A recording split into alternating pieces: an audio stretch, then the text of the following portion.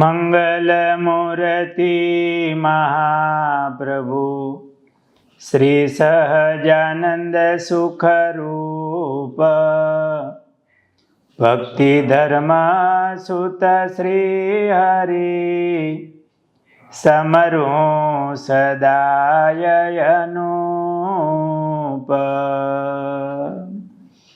બોલો સ્વામિનારાયણ ભગવાનની જય. વાલા ભક્તજનો, જય સ્વામિનારાયણ.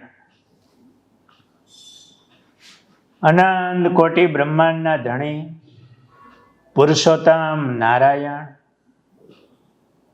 એમના યોગમાં, એમની સેવાના ઉપયોગમાં જોધા ભરવાડ આવ્યા. એમણે મહારાજની સેવા કરીને રાજી કર્યા. એકવાર આ જોધા ભગત દાદાના દરબારમાં દહીં વલોવતા હતા. જોધાને દહીં વલોવતા જોઈ અને મહારાજ એમની પાસે ગયા કે હું તને નેત્રા તણવા લાગુ. આમાં તણવા ન હોય એટલે એક બાજુ મહારાજ ને એક બાજુ જોધો મીંડા નેત્રા ખેંચવા. જોધો મહારાજની મૂર્તિ સામે જોતો જાય કે આજે મહારાજ મારી સાથે આમ નેત્રા તાણે છે. પણ મહારાજ જોધાની નજર જરાક ચૂકાવી આમ ભલોણું કરતા કરતા આમ ચારે બાજુ આમ જોતા હોય. અને એમાંય મહારાજ પોતે આવ્યા હતા એટલે આમ જોધો જોવે કે કોઈ જોવે છે કે આજ મહારાજ વલોણું કરવા આવ્યા. જરાક આમ નજર જાય ને એટલે મહારાજ પગથી ગોળી ઉપર ડેર હોય ને એને જરાક ખેડવી નાખે. ડેરમાં ખબર પડે. હવે તો ક્યાં વલોણા જોવાના જ ન આવે. આ રવૈયો હોય. મેં અત્યારે કથા કરતા પહેલા આપણા કાળુ ભગતના દીકરા લાલાભાઈ છે એને ફોન કર્યો. હું કહું આ ડેર હું આ કથામાં આવે છે? એટલે કે સ્વામી ગોળી ઉપર ઓલો રવૈયો રાખે અને ગોળી ઉપર ઢાંકણું આવે લાકડાનું હોય એને આમ ડેર કહેવાય. એને ઢાંકી દે, નહીતર તો પછી એ દહીં કે છાશ બહાર ઉડે. એને આમ ઢાંકવાનો હોય. પછી માખણ ઉતારતી વખતે કે રવૈયો કાઢતી વખતે ડેરને પછી એની કડી જેવું હોય ને આમ ફેરવી નાખે અને પછી અંદરથી જોવે કે માખણ ઉતારે. એને ગોળી ઉપર ઢાંકવાનું લાકડું હોય ને એને ડેર કહેવાય. એ રવૈયા હારે જ હોય. એટલે મહારાજ એ ડેર હોય ને એને જરાક પગથી આમ જોધાનું ધ્યાન ન હોય ને આમ ખેડવી નાખે એટલે મંડે અંદરથી બહાર ઉડવા.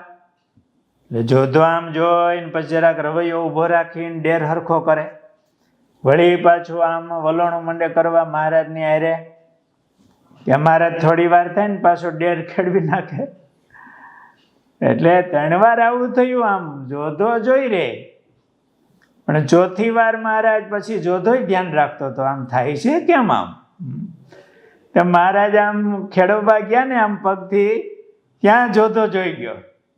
અરે મહારાજ આ જોધાનો મૂકેલો ડેર ઈ ખડે નહીં. મને એમ થાય કે આમ વારે વારે કેમ ખડે છે? આ તમારું કામ છે કે એમ કરીને મહારાજ હિસા. અને આમ વલોણું થતું હતું. મહારાજના ભાલમાં પરસેવાના બિંદુઓ આવ્યા હતા. જોધાએ કીધું મહારાજ હવે આમ છાશ ફરી વળી માખણ થઈ ગયું છે, માટે હવે મહારાજ આ તમારા કમળના ડોડા જેવા કોમળ હાથ એ મહારાજ હવે આમ રહી ગયા છે, હવે તમે રાખો મહારાજ. મહારાજે એમની હારે આવી રીતે વલોણું કર્યું.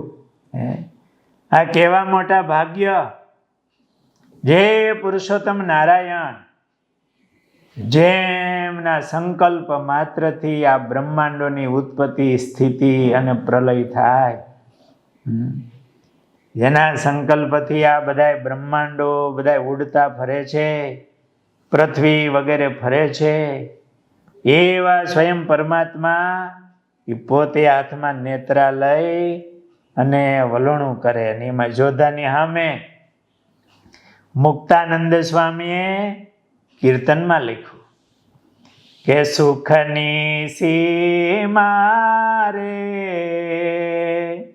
એ વ્રજના વાસી માણે, લોકડિયાની લાજે બંધાણા, અવળાને સવળો જાણે, સુખની સીમા રે એ વ્રજના વાસી માણે, ખટ દર્શનમાં ખોળ્યા ન લાદે, નર હરિને તરાતાણે, સુખની સીમા રે એ વ્રજના વાસી માણે. ખટ દર્શનમાં ખોળ્યા ન લાદે. ખટ દર્શન એટલે આપણા 6 દર્શનો છે, ન્યાય વગેરે, વેદાંત વગેરે. એમાં એ વેદાંતીઓ એ ભગવાનને મેળવવા માટે કે ભગવાનનું વર્ણન કરવા માટે સમર્થ થતા નથી. નેતિ એમ કહે છે, એનું કોઈને દર્શન શાસ્ત્ર કહેવાય, પણ છતાંય ભગવાનને જેવા છે એવા જાણી શકતા નથી. એ ખટ દર્શનમાં જે ખોળ્યા ન લાદે, એમાં મથી અને જિંદગી કાઢે તોય ભગવાનનું દર્શન ન થાય. એ નરહરિ એટલે મનુષ્ય રૂપ ધારણ કરીને ભગવાન પધાર્યા હોય અને એ ભગવાન નરહરિ નેત્રા તાણે એની સામે આમ ભલોણું કરતા હોય, એવા ભગવાન આ મુક્તાનંદ સ્વામી આ મહારાજનો કેવો મહિમા ગાય છે. જે સુખને બ્રહ્મા ભવાઈ છે, સુગમ થયો આટાણે, સુખની સીમા રે વ્રજના વાસી માણે, ચતુરાયે સ્વપ્નમાં ન લાદે, આ ચતુરાયે સ્વપ્નમાં ન આવે, ન મળે નટવર નાણે, એ સુખની સીમા રે વ્રજના વાસી માણે. એ ચતુરાઈથી બુદ્ધિથી મળે એવા નથી. સ્વપ્નમાં પણ એ ન મળે. પ્રગટ વાત પછી એ નાણાથી મળે એવા નથી. એવા ભગવાન એ ભોળી આહિર સ્ત્રીઓ, ગોપીઓ, એ ભોળા વ્રજવાસીઓ, એની ભેગો કનૈયો એ માખણ ચોરીની લીલાઓ કરે, કેવું સુખ આપે.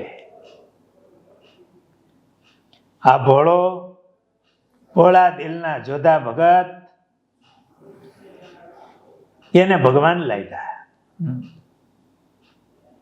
મુક્તાનંદ સ્વામી આ ભાવથી મહિમા ગાય છે કે આવા જે ભગવાન એ પોતે મનુષ્ય તન ધારણ કરીને પધારે અને સામે નેત્રા તાણતા હોય અને કેવું એ પોતાની મૂર્તિનું સુખ આપે છે. મુક્તાનંદ એ મરમાય લૌકિક પ્રેમી ઓર માયાણે સુખની સીમા રે એ વ્રજના વાસી માણે. આ સુખ તો પ્રેમી હોય એને મળે. એ ઓળખી ગયા હોય કે આ કોઈ સામાન્ય માણસ નથી, આ સ્વયં પરમાત્મા છે. જોધાના હૃદયમાં પણ આ નિશ્ચય હતો કે આ મહારાજ એ તો ભગવાન છે. એમણે સમાધિમાં દર્શન કર્યા હતા, મહારાજના એવા ઐશ્વર્યો એમણે જોયા હતા, આપણે પૂર્વ પ્રસંગોમાં સાંભળી ગયા. એ સ્વયં પરમાત્મા છે અને મહારાજ આવું એને સુખ આપે. એ વલોણું પૂરું થયું ને એટલે જોધાએ ડેર એક બાજુ કર્યો. જોવું પડે ને માખણ આમ આવી ગયું છે કે નહીં. હજી જોધો ડેર આમ એક બાજુ કરે ને ત્યાં મહારાજે હાથ ગોળીમાં નાખ્યો. તે કોણી સુધી આમ બહાર કાઢે ત્યાં તો મહારાજના હાથમાં માખણ ચોટેલું અને આમ છાશ વાળો અને માખણ વાળો હાથ થઈ ગયો. મહારાજ એ ઓસરીની કોરે ઊભા હતા. એમાં મૂળજી બ્રહ્મચારી મહારાજ આવ્યા અને મહારાજનો હાથ આમ નીતરે માખણ વાળો અને આમ છાશથી નીતરે. બ્રહ્મચારી મહારાજે જોયું અને બ્રહ્મચારી મહારાજ એવું બોલ્યા કે આ જોધો ક્યાં મૂવો તો કે તમારે હાથ બગાડવો પડ્યો. મહારાજને એવું કીધું. બ્રહ્મચારી મહારાજે બહુ મહારાજમાં હેતવાળા હતા. એને એમ થયું કે આ મહારાજનો હાથ બગડ્યો કે આ જોધો ક્યાં ગયો તો. આવું બ્રહ્મચારી મહારાજ બોલ્યા ને એટલે મહારાજે હસવા માંડ્યા. ને એ વખતે બ્રહ્મચારી મહારાજ જળ લઈ આવ્યા, મહારાજનો હાથ ધોવરાવ્યો અને કપડેથી મહારાજનો હાથ લૂયો. આપણને પણ કેવા દર્શન થયા. આ લીલા ચરિત્ર સંભાળી મહારાજ નેત્રા તાણતા હોય, માખણ થોડીક રમૂજ પણ કરે, ઓલા જોધાનો ડેર એક બાજુ પગથી કરી નાખે. છી જોધાએ જોયું મહારાજ આ તમારું કામ છે નહીંતર મારો ડેર આગો પાછો ન થાય. મહારાજે આ માખણ વાળો હાથ કર્યો, વસરીની કોરે ઊભા આવી લીલા કરી અને જોધાને ખૂબ સુખ આપ્યું. આ જોધાના પણ કેવા મોટા ભાગ્ય હશે કે આવું મહારાજનું એ સુખ માણતા હતા. અને મહારાજના લીલા ચરિત્રો એનું આપણે શ્રવણ કરી એ મૂર્તિના દર્શન થાય અને જોધાના હૃદયમાં જેવું મહારાજમાં હેત હતું એવું હેત, એવો ભોળો ભાવ, એવો વિશ્વાસ અને મહારાજનો નિશ્ચય આપણા હૃદયમાં થાય ને તો આપણું કામ થાય. આ બુદ્ધિથી ભગવાન પકડાય એવા નથી. એ તો એમનો આશ્રિત થાય, અનન્ય પ્રેમ ભગવાનના ચરણમાં થાય ને એનો થઈ જાય ને તો બસ એના ભગવાન છે. પછી ભલે ભોળા હોય પણ ભગવાન એની ભક્તિથી વશ થઈ જાય. આવી રીતે મહારાજે આ જોધા ભગતને મહારાજે સુખ આપ્યું. સહજાનંદ સ્વામી મહારાજની જય.